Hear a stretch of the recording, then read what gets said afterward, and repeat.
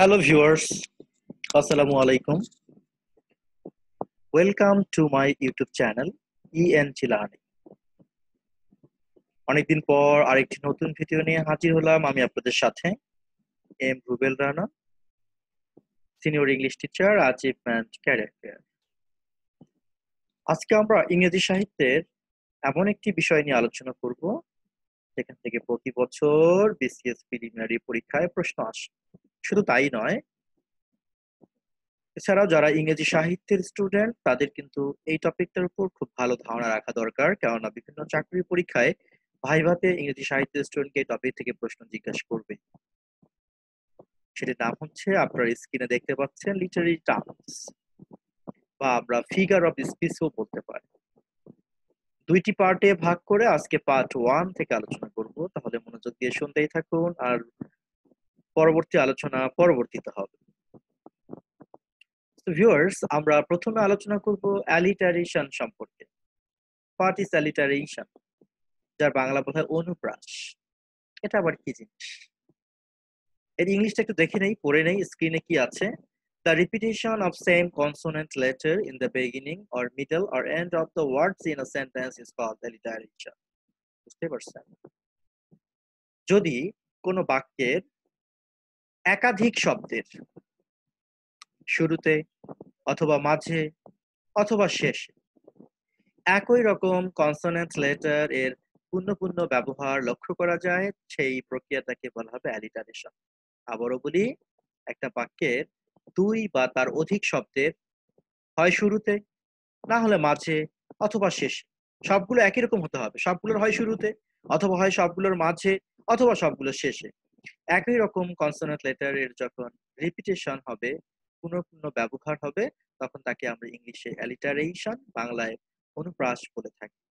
চলুন তাহলে আমরা দেখে আসি কয়েকটা উদাহরণ। আপনারা স্ক্রিনে দেখতে পাচ্ছেন একটি উদাহরণ আমি দিয়েছি।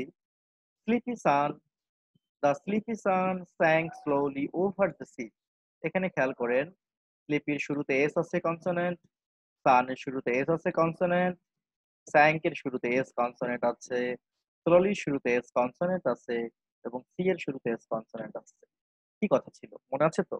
যে কোনো বাক্যের একাধিক শব্দের শুরুতে অথবা মাঝে অথবা শেষে একই রকম কনসোনেন্ট লেটারের পূর্ণ পূর্ণ ব্যবহার অ্যালিটারেশন। তাহলে this is an example of alliteration. আশা করি আপনারা ক্লিয়ার বুঝে গেছেন হোয়াট ইজ অ্যালিটারেশন। আরো কিছু উদাহরণ আমরা দেখি। But the butter Beti pot was bitter. এখানে আপনারা দেখতে পাচ্ছেন বাটির শুরুতে বি আছে, বাটারের শুরুতেও বি আছে, বেটির শুরুতে বি আছে, বটির শুরুতে বি আছে, এবং বিটারের শুরুতে বি আছে। একই কনসোনেন্ট লেটারের রিপিটেশন হয়েছে এবং অ্যালিটারেশন। এখন প্রশ্ন হতে পারে যে বিসিএস প্রিলিমিনারি পরীক্ষায় বা অন্যান্য চাকরির পরীক্ষায় কিভাবে প্রশ্নটি আসতে পারে।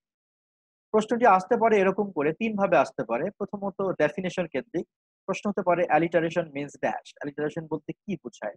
অপশনে দেয়া, প্রথমে অপশন দেওয়া হলো the repetition of vowel sound, দুই নম্বরে দেওয়া হলো রিপিটেশন অফ কনসোনেন্ট সাউন্ড, তিন নম্বরে দেওয়া হলো রিপিটেশন অফ সেম ওয়ার্ড। কোনটি? তখন সঠিক উত্তর হবে রিপিটেশন অফ কনসোনেন্ট সাউন্ড।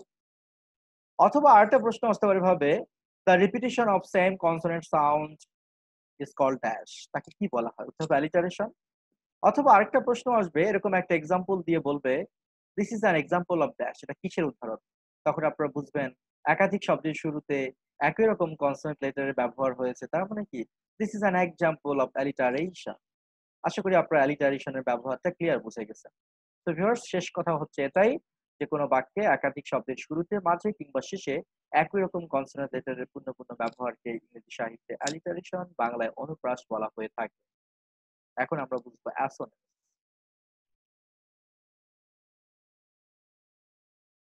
অ্যাসোনেন্স সম্পর্কে যদি আপনাদেরকে আমি আইডিয়া দিতে চাই, তাহলে প্রথমে একটা ডেফিনিশন আপনাদেরকে দেখাতে হবে। What is অ্যাসোনেন্স? স্বরানুপ্রাস, বুঝতেই পারছেন, স্বর বর্ণের অনুপ্রাসকে হচ্ছে অ্যাসোনেন্স বলা হয়। The close repetition of vowel sounds in words. একদম অ্যালিটারেশনের মতোই, যেমন কোনো বাক্যে একই রকম কনসোনেন্ট লেটারের পুনঃ পুনঃ ব্যবহারকে বলা হয় অ্যালিটারেশন, ঠিক সেরকম একই রকম ভাওয়েল লেটারের পুনঃ পুনঃ ব্যবহারকে বলা হয় অ্যাসোনেন্স। আশা করি বুঝতে পারছেন। তাহলে যখন ভাওয়েল লেটারের রিপিটেশন হবে, দ্যাট ইজ কল্ড অ্যাসোনেন্স, আর যখন কনসোনেন্ট লেটারের রিপিটেশন হবে, দ্যাট ইজ কল্ড অ্যালিটারেশন। চলুন তাহলে আমরা উদাহরণ দেখে আসি। যেমন আপনারা একটা বাক্য দেখতে পাচ্ছেন, the rain in Spain falls mainly on the plain. এটা সম্পর্কে আমরা একটু জানবো। The rain in Spain falls mainly on the plain. এখানে দেখেন রেইনের এখানে দেখেন এ আছে বা এআই আছে, এখানেও এআই আছে, এখানেও এআই আছে, আবার প্লেনের এখানেও এআই। তার মানে this is an example of assonance. আরেকটা উদাহরণ দেখেন, a fat cat sat on a mat. এখানে দেখেন ফ্যাটের এ আছে, ক্যাটে এ আছে, আবার স্যাটেও এ আছে, ম্যাটেও এ আছে। So this is an example of assonance. আবার দেখেন alone, alone, all alone, alone on a white white sea. হুম? মনে পড়ে এটা কি কোথা থেকে নেওয়া হচ্ছে? The Rime of the Ancient Mariner থেকে নেওয়া হয়েছে। দেখেন এখানে অ্যালোনের শুরুতে এ আছে, আবার অ্যালোনের শুরুতে এ আছে, আবার পরে অ্যালোনের শুরুতে এ আছে। So this is an example of অ্যাসোনেন্স। So viewers, আমরা যদি এক কথায় বলতে চাই যে যখন একই রকম কনসোনেন্ট লেটারের রেপিটিশন হয় তাকে বলা হয় অ্যালিটারেশন, আর যখন ভাওয়েল লেটারের রেপিটিশন হয় তাকে বলা হয় অ্যাসোনেন্স। এখন আমরা অ্যালিগরি সম্পর্কে জানবো। What is allegory? অ্যালিগরি এর বাংলা অর্থ হচ্ছে রূপকধর্মী রচনা। সেটা আবার কিরকম? সেটা হচ্ছে কখনো যখন কোনো লেখক বা সাহিত্যিক বা প্রাবন্ধিক সরাসরি একটা বিষয়ে লিখতে চান না, বরং একটা ঘটনার মাধ্যমে আরেকটা ঘটনাকে তুলে ধরেন, এটাকে বলা হয় অ্যালিগরি।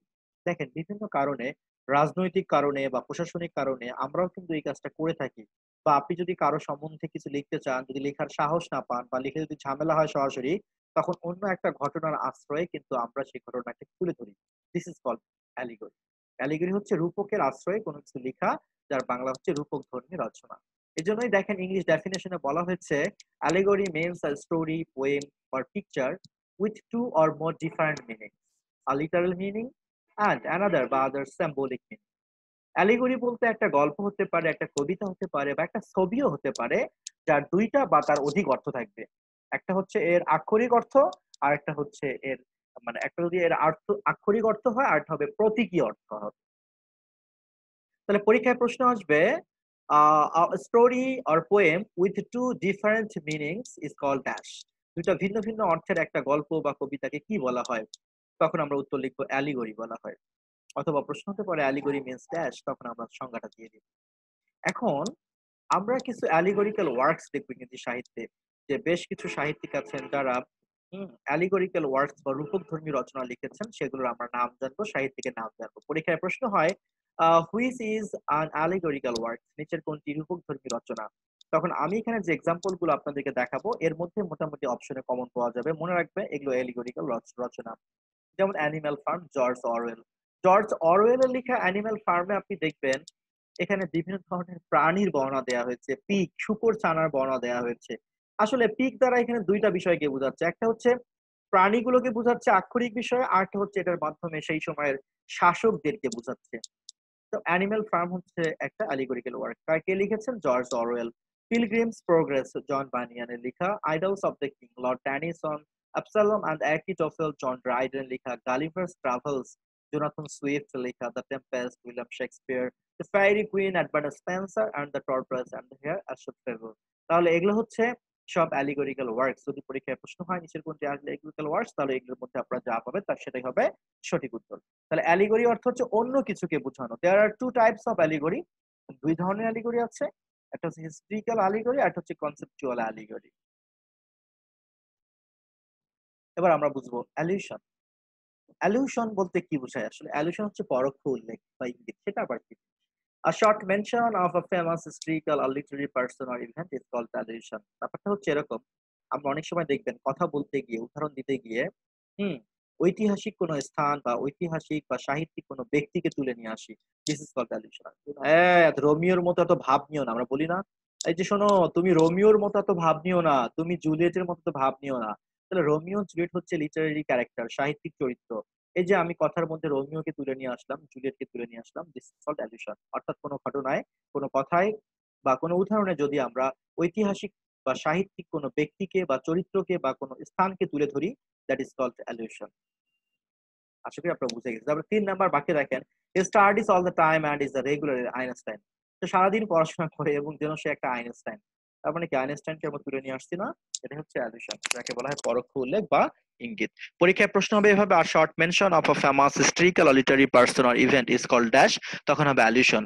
আর অথবা প্রশ্ন হতে পারে don't act like a Romeo, this is an example of dash, তখন আপনি বুঝবেন ঐতিহাসিক বা সাহিত্যিক কাউকে তুলে নিয়ে আসা মানে কি allusion. So this is an example of allusion. আশা করি ক্লিয়ার বুঝে গেছেন। এবার আমরা আসবো অ্যানাফোরা। একটা আছে অ্যানাফোর, একটা হচ্ছে অ্যানাফোরা। অ্যানাফোরা বলতে আমরা কি বুঝি? The repetition of the same word or phrase at the begin of clause or verse. আপনারা জানেন যখন কনসোনেন্ট লেটারের রিপিটিশন হয় তাকে বলা হয় অ্যালিটারেশন, আর যখন ভাওয়েল লেটারের রিপিটিশন হয় তাকে বলা হয় কি অ্যাসোনেন্স। আর যখন আপনি দেখবেন একই শব্দ, একটা ওয়ার্ড, একটা ওয়ার্ড এর রিপিটিশন হচ্ছে, একটা ওয়ার্ডের রিপিটিশন হচ্ছে বারবার, সেটাকে বলা হবে অ্যানাফোরা। আবারও বলি, যদি কনসোনেন্ট লেটারের রিপিটিশন হয় তাকে বলা হয় অ্যালিটারেশন, যদি ভাওয়েল লেটারের রিপিটিশন হয় তাকে বলা হয় অ্যাসোনেন্স, আর যদি একটা ওয়ার্ড, একটা শব্দের হুবহু রিপিটিশন হয়, একই শব্দ বারবার, দ্যাট ইজ কল্ড অ্যানাফোরা।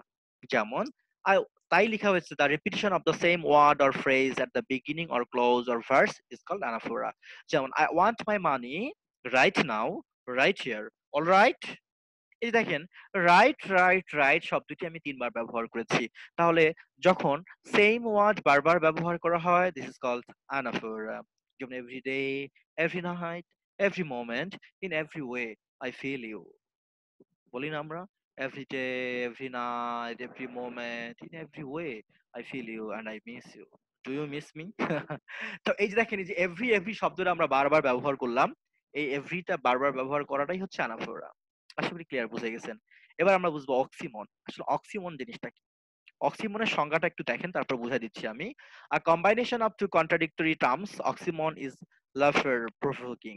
ব্যাপারটা হচ্ছে এরকম, যখন আপনি দেখবেন পাশাপাশি দুইটি ওয়ার্ড ব্যবহার করা হয়েছে এবং একটা ওয়ার্ড আরেকটা ওয়ার্ডটার সাথে সাংঘর্ষিক, বিপরীত, এবং শুনতে অনেকটা হাস্যকর মনে হয়, সেটাকে বলা হয় অক্সিমন। আবারও বলি, যখন আপনারা দেখবেন দুইটি ওয়ার্ড পাশাপাশি ব্যবহার হয়েছে এবং একটা ওয়ার্ড আরেকটা ওয়ার্ডের সাথে বিপরীত, সাংঘর্ষিক এবং শুনতে হাস্যকর মনে হয়, সেটাই হচ্ছে অক্সিমনের উদাহরণ। যদি পরীক্ষায় প্রশ্ন হয় a combination of two contradictory terms is called dash, তখন হবে অক্সিমন, অথবা oxymoron means a combination of two contradictory terms. উদাহরণটা আমরা আসি এখানে, তাহলে আমরা বুঝলাম যখন দুইটি পাশাপাশি দুইটি শব্দ ব্যবহার হবে এবং একটা আরেকটার সাথে সাংঘর্ষিক হবে, বিপরীত হবে এবং হাস্যকর হবে শুনতে অনেকটা, সেটাকে বলা হবে অক্সিমন। যেমন আপনারা একটা বাক্য দেখতে পাচ্ছেন, হি ইজ অ্যান অনেস্ট থিপ। আসলেই তো হাস্যকর, আপনারা একটু হাসেন না ভাই, হাসেন, জোরে একটু হাসেন। He is an honest thief, সে সৎ চোর। আরে ভাই, চোর আবার কখনো সৎ হয় বলেন? তাহলে এই যে অনেস্ট থিপ, দুইটা ওয়ার্ড সাংঘর্ষিক না পাশাপাশি, this is oxymoron. He is irregularly regular, এটা আবার কেমন কথা ভাই? ইরেগুলারলি রেগুলার হয় নাকি? এটাই হচ্ছে oxymoron. She is a virgin prostitute, এটা আবার কেমন কথা? প্রস্টিটিউট আবার কখনো ভার্জিন হয় নাকি? বলে না আমরা যে সে প্রস্টিটিউট হলেও কিন্তু ভার্জিন, সে চোর হলেও কিন্তু সৎ, হলো কিছু। তাহলে এই যে প্রস্টিটিউট আর ভার্জিন সাংঘর্ষিক শব্দ, this is called oxymoron. This is open secret. Open secret, একদিকে ওপেন আবার অন্যদিকে সিক্রেট, গোপনীয়, হলো না তো? তাহলে এরকম পাশাপাশি দুইটি বিপরীত ধর্মী ওয়ার্ড যখন ব্যবহার হবে, শুনতে অনেকটা হাস্যকর মনে হবে, দ্যাট ইজ কল্ড অক্সিমন। এবার আসি প্যারাডক্স। প্যারাডক্সটা কি? প্যারাডক্স আর অক্সিমনের মধ্যে কিছুটা পার্থক্য আছে, তবে সমন্বয়টা প্রায় একই রকম। অক্সিমনও বিপরীতধর্মী বিষয়, প্যারাডক্সও বিপরীতধর্মী বিষয়, কিন্তু পার্থক্যটা হলো যখন দেখবেন দুইটা বিপরীতধর্মী ওয়ার্ড পাশাপাশি বসছে, সেটা হবে অক্সিমন। আর যখন একটা বাক্যে একাধিক অংশ থাকবে বা একটা বাক্য শুনে আপনার কাছে বিরোধী মনে হবে, সেটা হবে প্যারাডক্স। বুঝেন নাই তো? দুইটা বিপরীতধর্মী ওয়ার্ড পাশাপাশি বসলে সেটা হবে অক্সিমন। কিন্তু একটা সেন্টেন্স বা দুইটা ক্লোজ বিশিষ্ট একটা সেন্টেন্স, যেটা দেখে বা শুনে আপনার মনে হবে সাংঘর্ষিক বিষয়, আপাত বিরোধী হলেও বাস্তবে সত্য, তখন সেটা হবে প্যারাডক্স। যেমন child is the father of man, শুনে মনে হচ্ছে এটা আবার কেমন কথা? শিশু আবার একটা মানুষের পিতা হতে পারে? যেটাকে আমরা বাংলায় বলি ঘুমিয়ে আছে শিশুর পিতা সব শিশুদের অন্তরে। শুনে মনে হয় এটা আবার কেমন কথা? শিশুর জন্ম আগে নাকি বাবার জন্ম আগে? যদি বাবার জন্ম আগে হয়, তাহলে শিশুর মধ্যে বাবার জন্ম হয় কিভাবে? Nobody goes to the restaurant because it is too crowded, এটা আবার কেমন কথা ভাই? বলছে যে কেউ ওই রেস্টুরেন্টে যায় না কারণ এটা সবসময় জনবহুল থাকে। আচ্ছা ভাই, রেস্টুরেন্টে যদি নাই যায় তাহলে আবার জনবহুল হয় কেমনে? এরকম যখন পরস্পর দুইটা ক্লোজ বা দুইটা অংশ হবে সাংঘর্ষিক, সেটাকে বলা হবে প্যারাডক্স। এখানে বলা হয়েছে if you didn't get this message call me.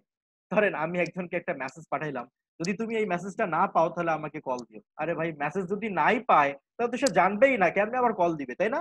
সাংঘর্ষিক না? আশা করি ব্যাপারটা আপনারা বুঝে গেছেন। দুইটা অংশ যদি পরস্পরের সাংঘর্ষিক হয় সেটাকে বলা হবে প্যারাডক্স। আর দুইটা ওয়ার্ড যখন পরস্পরের সাংঘর্ষিক হবে সেটাকে বলা হবে কি? অক্সিমোরন। এবার আসি আমরা অ্যাপোস্ট্রফি। অ্যাপোস্ট্রফি হচ্ছে সম্বোধন সূচক অলংকার। Addressing someone absent, a dead or non human as if that person or things are present. অর্থাৎ অনুপস্থিত কাউকে বা মৃত কাউকে বা মানুষ নয় এমন কাউকে এমন কিছু বলে অ্যাড্রেস করা, এমন কিছু বলে সম্বোধন করা যেন মনে হবে সে অনুপস্থিত থেকেও উপস্থিত, সে মৃত হয়েও বুঝি জীবিত, সে মানুষ না হয়েও বুঝি মানুষ। বুঝেন নাই ব্যাপারটা? অনুপস্থিত, মৃত বা নন হিউম্যান কাউকে এমন ভাবে সম্বোধন করব এমন কিছু বলে যেন মনে হবে সে উপস্থিত ছিল। সেটাকে বলা হয় অ্যাপোস্ট্রফি। যেমন বাচ্চাদেরকে দেখায় বলে না, twinkle twinkle little star, how I wonder what you are. এই যে তারাকে সম্বোধন করছে কি বলে? টুইঙ্কল টুইঙ্কল বলে। এমন ভাবে সম্বোধন করছে যেন সে আমার সামনেই চলে আসছে অথচ সে কিন্তু অনেক দূরে। এটাই হচ্ছে অ্যাপোস্ট্রফি উদাহরণ। এই কবিতাটা হচ্ছে দ্য স্টার, লেখক হচ্ছেন সেইন্ট টেলর, মনে রাখবেন। আমরা বলি না, ওরে নীল দরিয়া দে রে দে আমায় সারিয়া, বলে না? তো নীল দরিয়া কি মানুষ? তাকে এমন ভাবে অ্যাড্রেস করা হচ্ছে যেন সে মানুষ, যেন সে আমার সামনে আছে। এগুলি হচ্ছে অ্যাপস্ট্রফির উদাহরণ। এবার আসেন বালাড। বালাড হচ্ছে লোকগাথা। সেটা আবার কি জিনিস, তাই না? বালাড হচ্ছে এক ধরনের গান যা অলিখিত অবস্থায় লোকের মুখে মুখে চলে এসেছে, যার ভিতরে রয়েছে একটা কাহিনী বা একটা গল্প। অর্থাৎ একটা গল্প বা একটা কাহিনীকে কেন্দ্র করে যে একটা গীতি কবিতা, যা গানের সুরে সুরে, ছন্দের তালে তালে, হ্যাঁ, এবং সঙ্গীতের সুরে সুরে বলা হয়, সেটাই হচ্ছে বালাদ। একটা ঘটনাকে সঙ্গীতের তালে, মিউজিকের তালে বা ছন্দে ছন্দে যখন বর্ণনা করা হয় সেটাকে বলা হয় বালাদ। বলে না, গ্রামে দেখেন না, এক যে ছিল রাজা, তার দুইটা ছিল মেয়ে, আরো ছিল একটা ছেলে, সব গেল ছেড়ে। রাজা তখন মহা বিপদে পড়লেন, কি করবেন কি ভাববেন, না পেলেন কোন উপায়, রাজা চলে গেলেন তবে অবশেষে রাজ্য ছেড়ে। এই যে একটা গল্প, আমি জাস্ট একটা গল্প বলার চেষ্টা করলাম, এরকম একটা গল্পকে ছন্দের তালে তালে, মিউজিকের তালে তালে যখন বর্ণনা করা হয়, দিস ইজ কল্ড বালাদ। আশা করি আপনারা বুঝতে পারছেন। তো পরীক্ষায় কেমন প্রশ্ন হবে? পরীক্ষায় প্রশ্ন হবে এভাবে, হোয়াট ইজ বালাদ? বালাদ, তারপর প্রশ্ন হবে, Balad is a form of verse, often a narrative set to music through a story with dialogue and action। অর্থাৎ নাচার মাধ্যমে, অঙ্গভঙ্গির মাধ্যমে, কথার মাধ্যমে, সুরের মাধ্যমে বর্ণনা করা হয়, সেটা হচ্ছে বালাদ। এখানে একটা গুরুত্বপূর্ণ বিষয় হচ্ছে, ইতালীয় শব্দ ব্যালারে থেকে বালাড শব্দটির উৎপত্তি হয়েছে। ব্যালারে শব্দের অর্থ কি? নৃত্য করা। এটা একটা গুরুত্বপূর্ণ বিষয়। হ্যাঁ, যেমন থমাস হার্ডি, উইলিয়াম ওয়ার্ডসওয়ার্থ, স্টি কোলরিজ, জন কেটস প্রমুখ কবি প্রচুর পরিমাণে বালাড রচনা করেছেন। যেমন জসিমুদ্দিনের নকশিকাঁথার মাঠ, এটাও এক ধরনের কিন্তু বালাড। এটা থেকে মাথায় রাখতে হবে। এবার আসি blank verse. What is blank verse? Blank ভার্সের বাংলা হচ্ছে অমৃতাক্ষর ছন্দ। সেটা আবার কি জিনিস, তাই না? যখন ছন্দের মিল থাকবে না, দ্যাট ইজ কল্ড অমৃতাক্ষর ছন্দ। যেমন আমি যদি বলি, তুমি ছাগল আমি পাতা, চলো লিখি জীবনের খাতা, ছন্দ তো মিলে গেল। ছন্দ মিললে ব্ল্যাঙ্ক ভার্স হবে না। যখন দেখবেন ছন্দের কোনো মিল নাই, সেটাই হচ্ছে ব্ল্যাঙ্ক ভার্স। তাই বলা হয়েছে যে ছন্দের চরণদ্বয়ের অন্তবর্ণের মিল থাকে না, তাকে অমৃতাক্ষর ছন্দ বলে। A blank verse is a poem with no rhyme. সুরের মিল থাকবে না এট দ্য এন্ড, শেষে, but does have iambic pentameter. এখন আপনার প্রশ্ন হলো আয়াম্বিক পেন্টামিটার কি, তাই না? আয়াম্বিক পেন্টামিটার নিয়ে আমি কথা বলবো, অবশ্যই অবশ্যই কথা বলবো। দেখেন, বাংলা সাহিত্যে যেমন অমৃতাক্ষর ছন্দের প্রবক্তা হচ্ছেন মধুসূদন দত্ত, হ্যাঁ, তিনি লিখেছেন তিলোত্তমা সম্ভব। ইংরেজি সাহিত্যে হেনরি হাওয়ার্ডকে বলা হয়, হ্যাঁ, যে অমৃতাক্ষর বা ব্ল্যাঙ্ক ভার্স এর প্রবক্তা বলা হয় তাকে আর কি। আচ্ছা, কয়েকটা ব্ল্যাঙ্ক ভার্সের উদাহরণ হচ্ছে যেমন জন মিল্টনের লেখা প্যারাডাইস লস্ট, তারপর আলফ্রেড টেনিসনের লেখা Ulysses, Shakespeare Hamlet, Christopher Marlowe ডি ক্রোস্টাস, এগুলো হচ্ছে ব্ল্যাঙ্ক ভার্সের উদাহরণ। এবার সে কাপ্রিট। What is কাপ্রিট? কাপ্রিটটা কি? কাপ্রিটটা হচ্ছে একটা দুই পদী শ্লোক, যখন প্রত্যেক দুই লাইনের পর পর শ্লোকের মিল থাকে, সেটা হচ্ছে কাপলেট। যেমন two lines with rhyming ends, পরীক্ষায় প্রশ্ন হবে two lines with rhyming ends is called dash, তখন হবে কি? কাপ। আজকে আপনারা বুঝছেন। এলিজিটা কি? এলিজিটা হচ্ছে শোক গীতি। তাহলে ও ডি ই, ওড কি? ওড হচ্ছে স্তুতি গীতি। কারো প্রশংসা করে যা কিছু রচনা করা হয় সেটা হচ্ছে ওড। আর যখন প্রিয় মানুষ বা প্রিয় জিনিস, প্রিয় মানুষ মারা গেলে বা হারিয়ে গেলে, প্রিয় জিনিস হারিয়ে গেলে আমরা যা তার শোক বর্ণনা করে যা রচনা করি, সেটাই হচ্ছে এলিজি বা শোক গীতি। গ্রিক শব্দ এলিজিয়া বা এলিজাস থেকে এলিজি শব্দের উৎপত্তি হয়েছে, যার অর্থ হলো লেমেন বা বেদনা বা খেদ। A poem of serious reflection, typically a lament for the dead, lost or absent. অর্থাৎ মৃত কিছুর জন্য বা হারিয়ে যাওয়া কিছুর জন্য বা অনুপস্থিত কারোর জন্য যখন আমরা দুঃখ বা খেদ থেকে কিছু লিখি, সেটাই হচ্ছে এলিজি। এলিজিতে ৩ টা পার্ট থাকে, মনে রাখবেন। আপনি যদি এলিজি লিখতে চান তাহলে এখানে ৩ টা পার্ট থাকবে। ১ম পার্ট হচ্ছে a lament। এখানে কি হবে? Here the speaker express grief and sorrow. এখানে প্রথমে স্পিকার তার দুঃখ প্রকাশ করবেন। ২ নাম্বার পার্টে হচ্ছে কি হবে? Praise and অ্যাডমাইরেশন of the dead. সেখানে মৃত জিনিসটার বা হারিয়ে যাওয়া জিনিসটার প্রশংসা করা হবে, প্রশংসা করা হবে।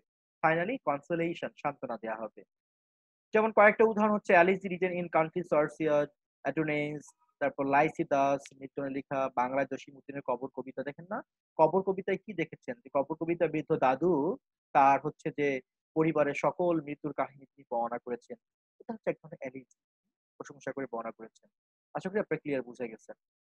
তো ভিউয়ার্স, আজকে এই ছিল পার্ট 1। আমরা পরবর্তী পার্টে ইউফেমিজম, হাইপারবোল, হ্যাঁ?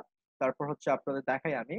পরবর্তী পার্টে আন্ডারস্টেটমেন্ট, তারপর আমরা লিমেরিক, লিঙ্গুয়া ফ্রাঙ্কা, আইরনি, হ্যাঁ? এরপরে আমরা আলোচনা করব হিম, মেটাফোর ভার্সাস সিমিলির পার্থক্য, তারপর অ্যাবস্ট্রাক্ট, অ্যাক্ট, হ্যাঁ? তারপর couplet, epigram, epilogue, saga, drama, play, এগুলো আমরা পরবর্তী পার্টে ইনশাআল্লাহ আলোচনা করব পার্ট 2 তে। তো ভিউয়ার্স, আজকের যে ভিডিওটি আমি আপনাদের সাথে শেয়ার করলাম, যদি আপনাদের এটি ভালো লেগে থাকে, যদি আপনারা একটু হলেও উপকৃত হয়ে থাকেন, তাহলে অবশ্যই সেটি আপনার ফেসবুক টাইমলাইনে শেয়ার করবেন এবং কমেন্টস বক্সে গিয়ে মতামত জানাবেন। আপনাদের অনুপ্রেরণাই আমাকে পরবর্তী ভিডিও বানাতে উৎসাহিত করবে এবং সেই লক্ষ্যে আপনারা আমাকে অনুপ্রাণিত করার চেষ্টা করবেন। আর সাবস্ক্রাইব তো আপনারা করেছেন ইতিমধ্যে, যারা করেননি তারা চাইলে সাবস্ক্রাইব করতে পারেন, আপনাদেরকে অনুরোধ করব না। আপনার যদি মনে হয় চ্যানেলটি থেকে আপনি উপকৃত হবেন, তবেই সাবস্ক্রাইব করতে পারেন। সেই সাথে আপনি যদি উপকৃত হন তাহলে আপনার ফেসবুক টাইমলাইনে একটু শেয়ার করে দিবেন, অন্যরাও দেখতে পারবে। তো আপনাদের সকলের জন্য শুভকামনা রইল এবং আপনাদেরকে পরবর্তী সকল ক্লাসে আমি দেখিয়ে দিব ইংরেজি সাহিত্য এত কঠিন কিছু বিষয় না। যদি মনোযোগ দিয়ে ক্লাস করতে পারেন, আমার চ্যানেলের ক্লাসগুলো দেখতে পারেন, আশা করি ইংরেজি সাহিত্য আপনারা ভালো করবেন। তবে আমি কখনোই বলব না আমার ক্লাসগুলো করে ইংরেজি সাহিত্যে বিসিএস প্রিলিমিনারি পরীক্ষা ইংরেজি সাহিত্যে ১৫ এর মধ্যে আপনি ১৫ই পাবেন। এটা আমি নিজেও হয়তো পাবো না। একটা ভুল যাওয়া খুব স্বাভাবিক ব্যাপার। তবে আমি এটা অবশ্যই বলব, যদি ক্লাসগুলো মনোযোগ দিয়ে করেন তাহলে ইংরেজি সাহিত্যে ১৫ এর মধ্যে 10 প্লাস কোয়েশ্চেন ইনশাআল্লাহ কমন পাবেন এবং সক্ষম হবেন। তো আপনাদের জন্য শুভকামনা। ভালো থাকবেন। আবারও দেখা হবে কোনো একটি ক্লাসে। আসসালামু আলাইকুম ওয়া রাহমাতুল্লাহ।